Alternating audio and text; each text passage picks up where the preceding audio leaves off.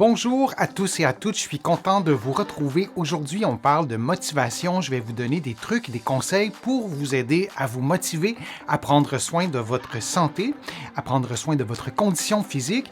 Vous le savez, les conseils que je vous donne ne remplacent pas ceux d'un professionnel de la santé et vous allez trouver plusieurs des conseils que je vous donne dans mes livres, notamment mon livre « Lève-toi et marche et va prendre l'air » et mon plus récent livre « Plus jamais malade ». Vous allez pouvoir les trouver en librairie. Il y a un sujet, vous savez, qui me tient vraiment à cœur, c'est de parler de l'avancée en âge et je voulais vous en parler dans un contexte de motivation et ça, on n'en parle à peu près jamais. C'est un peu comme si, arrivé à un certain âge, on n'est pas loin de la fin de vie, on n'est pas loin, on n'a plus besoin de travailler.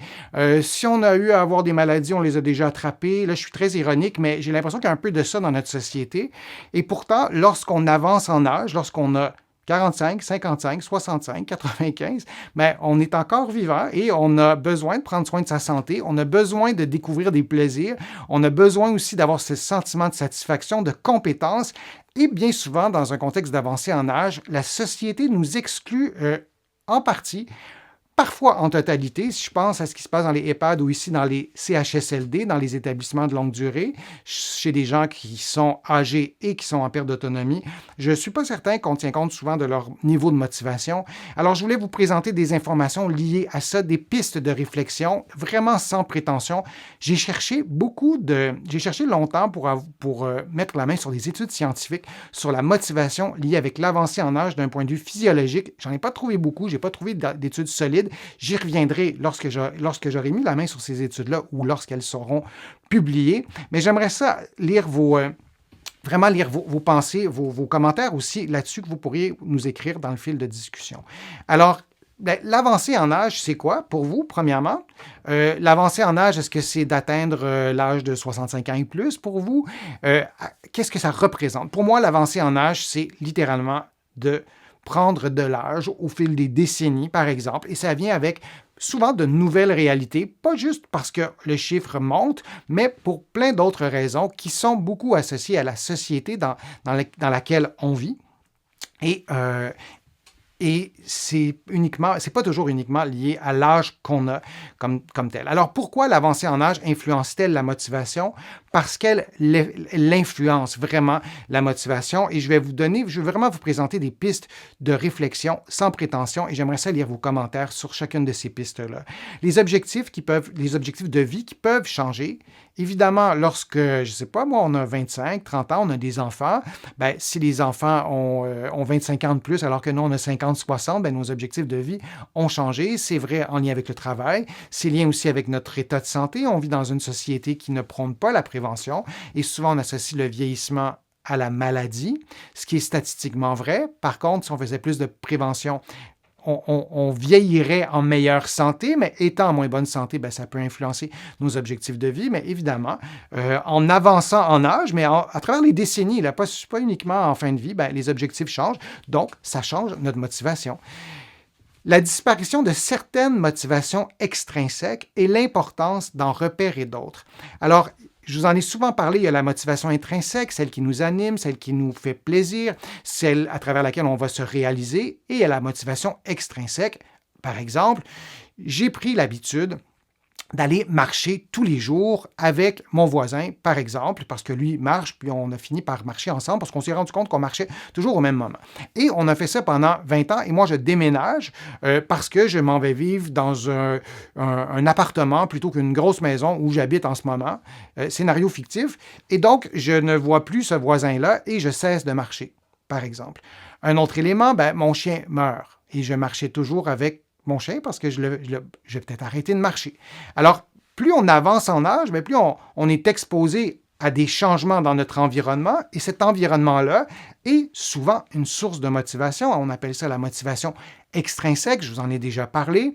Et donc, lorsqu'on avance en âge, et moi je le constate auprès des gens plus âgés qui sont autour de moi, je pense à des personnes de ma famille, et les sources de motivation qui se sont effacées, qui sont disparues, ou certaines personnes qui sont décédées, qui étaient des sources de motivation extrinsèques. Alors, pour ces personnes-là, pour mes proches à moi, je me rends compte que leurs sources de motivation n'ont pas été remplacées. Alors, c'est intéressant d'en prendre conscience. Je ne sais pas si vous avez des gens autour de vous dans cette situation-là et comment on peut les aider à trouver de nouvelles sources de motivation extrinsèque. Et ce n'est pas parce qu'on a 90 ans qu'on ne peut pas trouver des nouvelles sources de motivation extrinsèque, parce que c'est pratiquement inévitable. Il y en a qui vont disparaître parce que la vie change au fil des années, au fil des décennies. D'autres éléments liés à l'avancée en âge, les changements de sa santé, de ses besoins, de ses objectifs de vie, je le disais, de ses responsabilités aussi. On n'a pas les mêmes responsabilités à 75 ans qu'on avait à 30 ans. On peut avoir 75 ans et travailler aussi.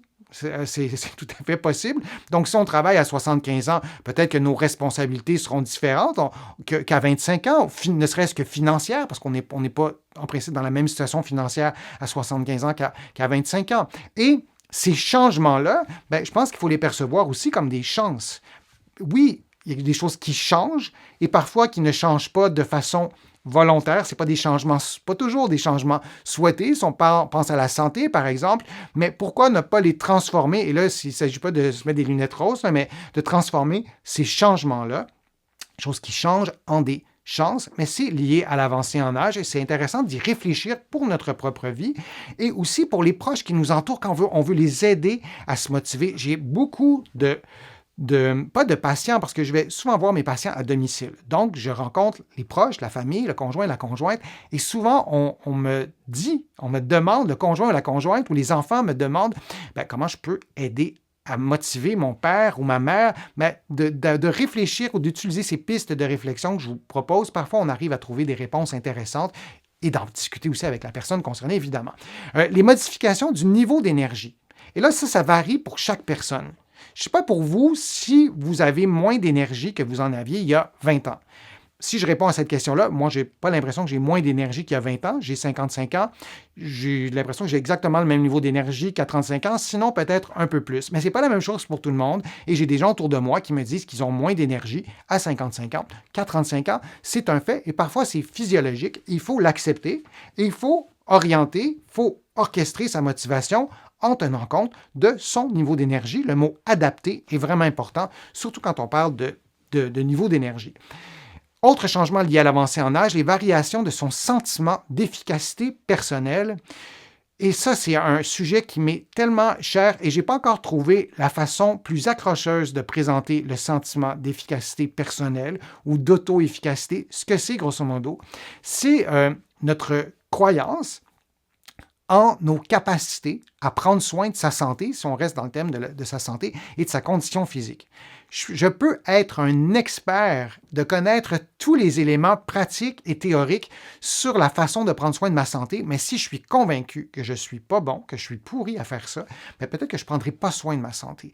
Alors, comment on perçoit sa propre efficacité, ses propres capacités à prendre soin de sa santé, comment on est convaincu que les ressources qu'on a à notre disposition peuvent nous aider à prendre soin de notre santé. Et quand je parle des ressources, je ne parle pas seulement de des forces de la personne ou de mes forces personnelles, mais peut-être aussi de la capacité d'utiliser les ressources extérieures, mon entourage, les professionnels de la santé, c'est vraiment très large.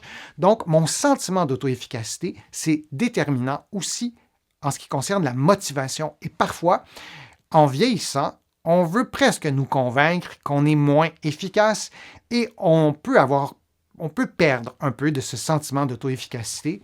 Et l'important, c'est de peut-être regarder les ressources qu'on a et de croire en nos capacités. Et je vais vous présenter d'autres vidéos sur le sentiment d'efficacité personnelle. Et encore une fois, ce n'est pas quelque chose de théorique, c'est vraiment très, très concret.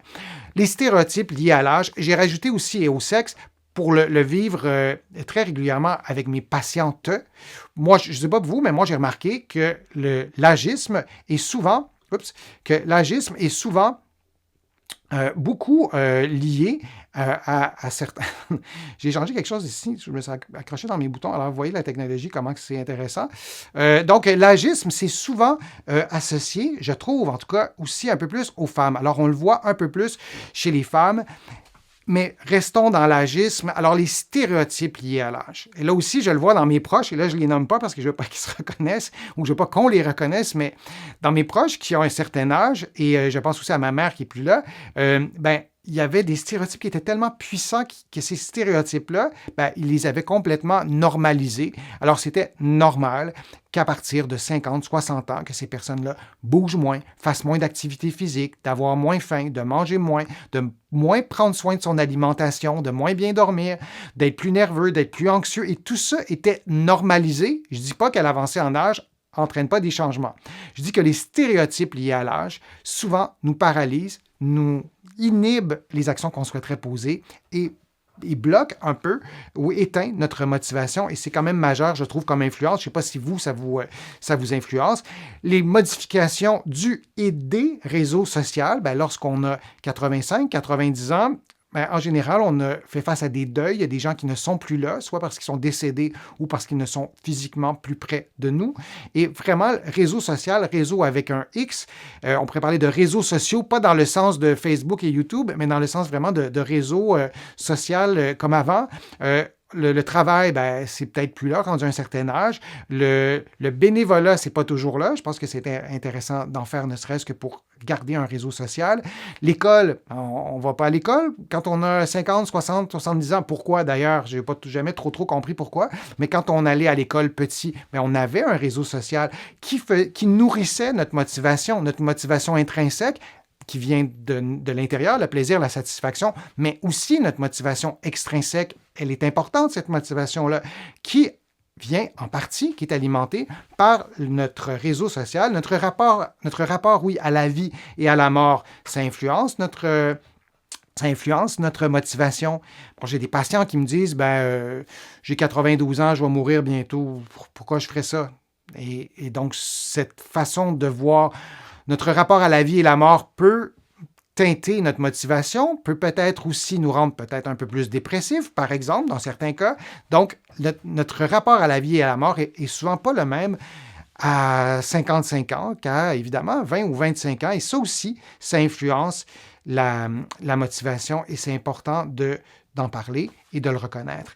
Et lequel de ces éléments, oui, ou lesquels de ces éléments vous influencent ou influencent davantage votre motivation? Est-ce que ça vous influence? Et comment faire pour diminuer cette influence-là ou pour pouvoir la contourner ou pour pouvoir adapter tout ça dans tout ce que je vous ai présenté? Il y a des éléments qui sont modifiables et il y a des éléments qui sont modifiables. Par exemple, les stéréotypes. Moi, j'expliquais à ma mère, non, à 65 ans, tu t'es théoriquement capable de faire telle chose. Si tu ne souhaites pas le faire, si tu n'aimes pas ça, on ne parle pas de ça. Mais si tu es convaincu, tu crois que tu ne peux pas le faire, oui, c'est possible. Et on avait des discussions comme ça et je lui donnais des données objectives. Ça tombe bien, c'est mon champ de compétences, c'est mon travail. Si on parle de force musculaire, par exemple, alors on peut... ça, c'est un élément qui est modifiable. Il y a des éléments qui sont non modifiables. Notre perception de notre rapport à la vie et à la mort, plus on s'approche de la mort, ça change un peu. Donc, chez vous, lequel de ces éléments influence davantage votre motivation? Et c'est important, je pense, d'en tenir compte pour nos proches et pour soi-même et de pouvoir adapter certaines stratégies thérapeutiques ou certaines interventions pour qu'on puisse mieux prendre soin de sa santé et de sa condition physique. J'espère que les conseils que je vous ai donnés aujourd'hui vont vous être utiles pour nourrir votre motivation. J'espère que vous allez pouvoir être motivé dans ce que vous allez entreprendre. Vous allez trouver beaucoup d'informations sur la motivation dans mes livres que vous pouvez trouver partout au Québec, mais aussi de l'autre côté de l'Atlantique. Vous allez aussi trouver beaucoup d'informations sur mon site web, le www.denisfortier.ca. Il y a des articles, il y a des liens aussi vidéo. Et vous allez pouvoir aussi vous inscrire à l'infolettre gratuitement, au courriel thématique aussi. Vous allez pouvoir faire aussi une contribution et je vous remercie de faire des contributions. C'est grâce à elles que j'arrive à vous présenter autant de contenu et à augmenter aussi le nombre de contenus que je vous présente par semaine en raison notamment des banques de photos parce qu'il faut payer les droits, tout ça. Donc, merci de vos contributions et considérez ces remerciements comme personnels. Alors, je vous dis à un prochain direct, à une prochaine fois. Restez motivés et n'hésitez pas à réécouter certaines vidéos si ça vous aide à rester motivé et à bientôt.